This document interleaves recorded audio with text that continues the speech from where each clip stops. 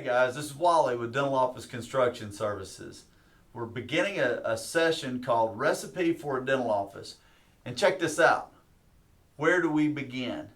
Same place we begin when we're designing or starting to work with a new doctor on a dental office. And it's in that treatment room, it's that operatory.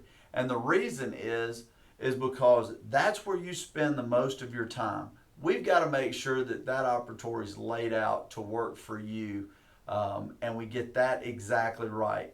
Once we get that laid out, then we begin to lay the rest of the practice out around that. But if we don't get that right to start with, that's a big mistake. And there's a number of considerations.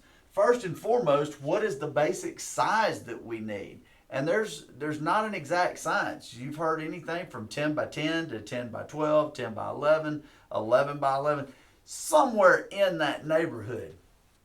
But we've got to figure that out.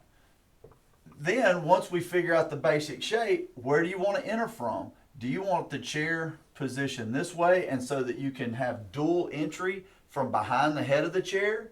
Then again, we may have somebody that wants to come in and enter from the foot of the chair.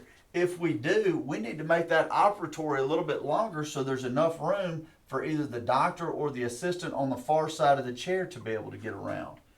So there's a number of considerations just in making sure that we get the size and the layout of the operatory correct. Once we do that, then we need to discuss, where do you want your delivery system and your instrumentation, your assistant's instrumentation? Do you want it up here behind the chair? Would you rather have it out here in front of you? Do you want it coming off of the side or from the back?